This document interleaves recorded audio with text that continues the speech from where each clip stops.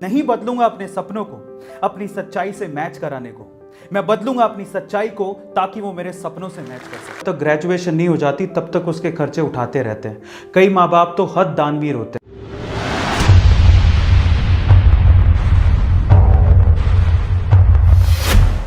हमारे देश में एक अजीब सी परंपरा है। यहाँ पर माँ बाप अपने बच्चों के 10वीं तक तो खर्चे उठाते ही हैं, 10वीं के बाद भी 11वीं 12वीं और जब तक ग्रेजुएशन नहीं हो जाती तब तक उसके खर्चे उठाते रहते हैं। कई माँ बाप तो हद दानवीर होते हैं, जब तक बच्चे की जॉब नहीं लग जाती तब तक वो उसके खर्चे उठाते हैं और इस चक्कर में बच्चे बिगड़ जाते हैं।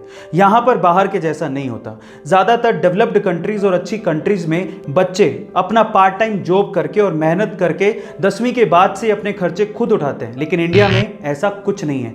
यहाँ के बच्चे माँ बाप के पैसों पर तो अपना हक समझते हैं। वो ये कहते हैं कि हमें पैदा किसने किया, इन्होंने, तो हमारे खर्चे भी यही उठाएंगे, ये तो इनकी जिम्मेदारी है।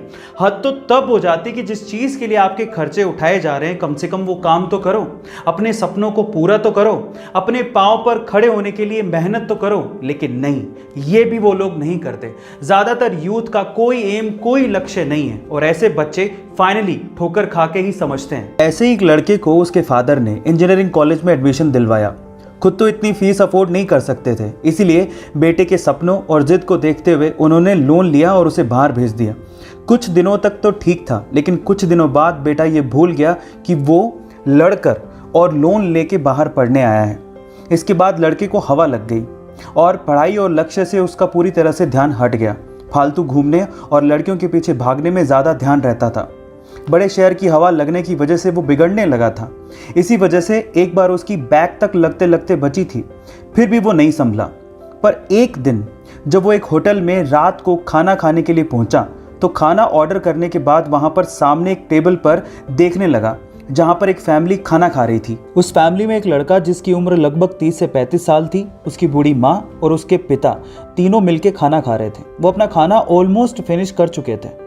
अब वेटर बिल लेके आया तो हिसाब से बिल बेटे को चुकाना चाहिए था। इतना बड़ा हो चुका है, इतना तो वो कर ही सकता है। लेकिन वहाँ जो भी हुआ वो हैरान कर देने वाला था। उसने देखा कि बिल आने पर उस बेटे ने बिल को देखा ही नहीं और पानी पी रहा था। पिताजी भी अपना खाना फिनिश कर रहे थे और उन्होंने भी बिल को इग्नोर कर दिया और तब उस लड़के की बूढ़ी माँ उठकर काउंटर पर गई और बिल दिया।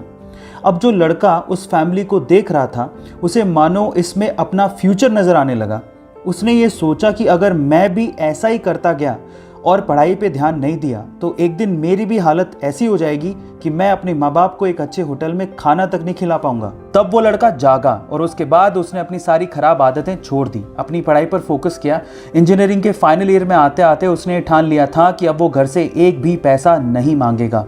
अपना रास्ता उसने खुद चुना, मेहनत करता गया और यूट्यूब की दुनिया में कदम रखा। और आज उस लड़के का यूट्यूब शॉर्ट्स का दुनिया का सबसे बड़ा चैनल है और 10 मिलियन से ज़्यादा सब्सक्राइबर्स हैं। और आज ऊपर वाले की दुआ से कामयाब होकर वो लड़का आपके सामने खड़ा होकर अपनी कहानी सुना रहा है। जी हाँ गाइस, वो मेरी ही कहानी है।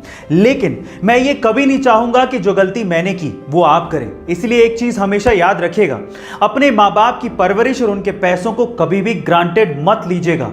वो आपकी फीसें भर रहे हैं, आपके लिए पैसा इन्वेस्ट कर रहे हैं, तो उनका मकसद सिर्फ एक ही है कि आप अपने पैरों पर खड़े हो जाएं। इसलिए इस चीज को समझें और खूब मेहनत करें और कुछ करके दिखाएं। और हाँ, अगर ये काम आप खुद के पैसों से करना चाहते हैं, यानी कि पार्ट टाइम जॉब करके अपनी फीस खुद भर के अपनी पढ़ाई का खर्चा उठाना चाहते हैं, तो इससे अच्छा काम आपकी जिंदगी में कभी भी नहीं हो सकता।